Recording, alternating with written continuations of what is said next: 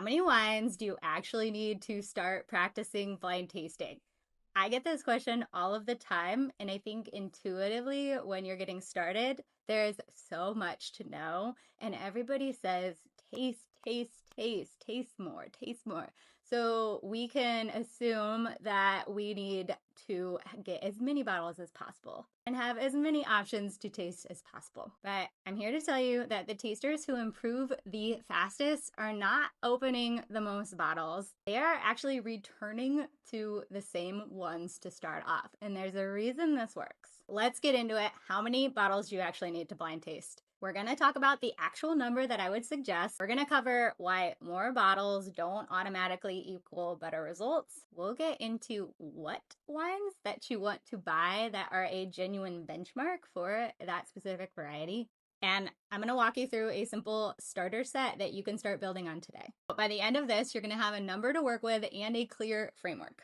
All right, let's start with a two-student scenario. You have student A and you have student B. Student A over here believes they need 50 bottles to start, so buys 50 bottles, all different varieties from different regions, opens the bottles once and tastes them all, and has a one-time reference point for those bottles. Student B over here buys 10 bottles. These 10 bottles are carefully chosen, but the student doesn't just open them once and taste them once.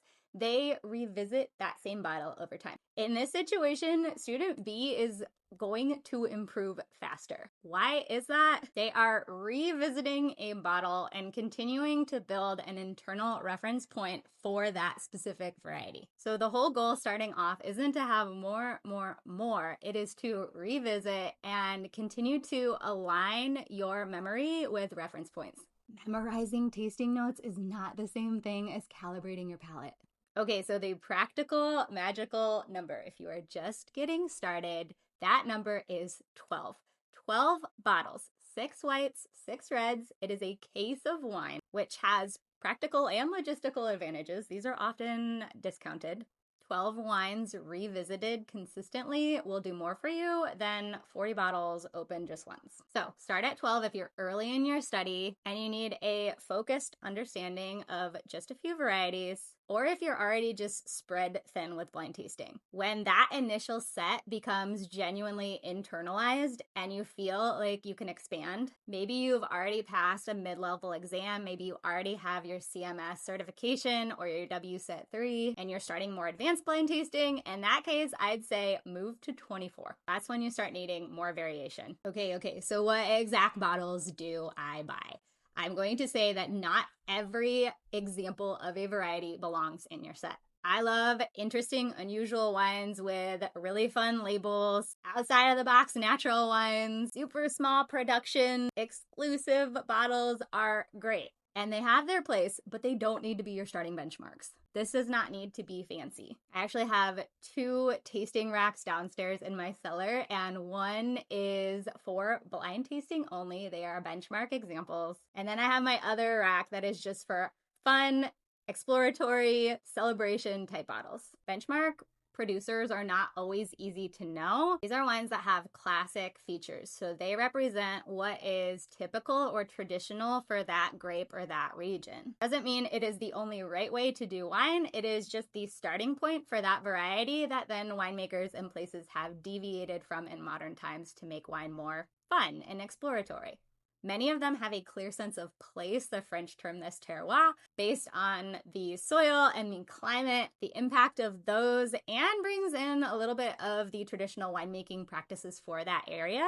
And then price-wise, production-wise, these bottles are not usually at the very, very small production high-end side of things. And on the flip side, they are also not the bottles that are on the bottom shelf of your grocery store. They're not the insanely high volume bottles that you would find at the supermarket. They are usually medium production, so it's not too hard to get your hands on them. And while some of them, depending on the place, can be at around $50 or above, most of them can be found at around the $30 and below range. All right, so what varieties should I start with and from where? We're looking at our classic international varieties that are grown in multiple places and kind of have a standard reference point for that variety. So white wines, Chardonnay, ideally with some oak influence to anchor to that profile. Something from California is great. Pinot Grigio, a neutral variety, pretty simplistic. Something from Veneto in Italy is fantastic. Riesling, ideally from Germany. Classic high acid, gives some residual sugar profile. Sauvignon Blanc, you'll want to find something with that pyrazine grassiness that typically comes with the variety. New Zealand is great. Chenin Blanc, like Chardonnay, very versatile. Grab something from Vouvray. And Gewürztraminer, something super aromatic, useful for anchoring that end of the spectrum. Something from Alsace is great. 6 reds.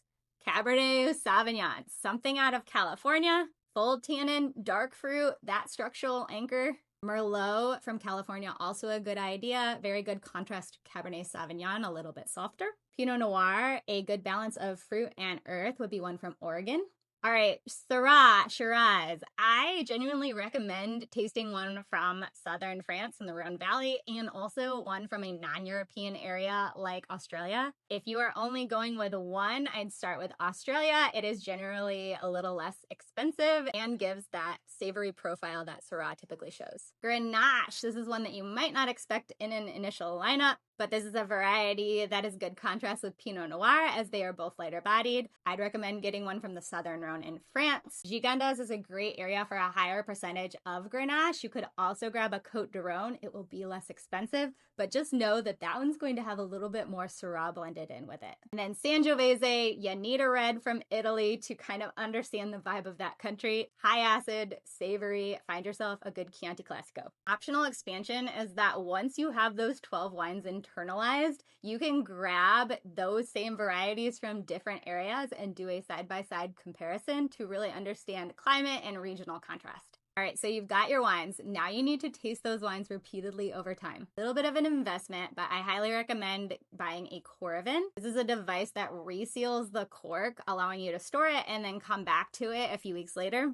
Taste with some sort of structured framework and write down your notes. Revisit that same bottle. Ideally, you can find a group where you can compare tasting notes with. It is really helpful to help gauge your structure calls with a group of people. Hearing from other people and experiencing kind of where the majority falls is really helpful. If you don't have an in-person tasting group, we have a virtual one that meets consistently every month. You can find that link in the details. And if not with a group, make sure you come back to that wine again and again over time and that you're taking notes and revisiting your notes. Even a simple format works. The consistency matters more than what you're putting down on that piece of paper.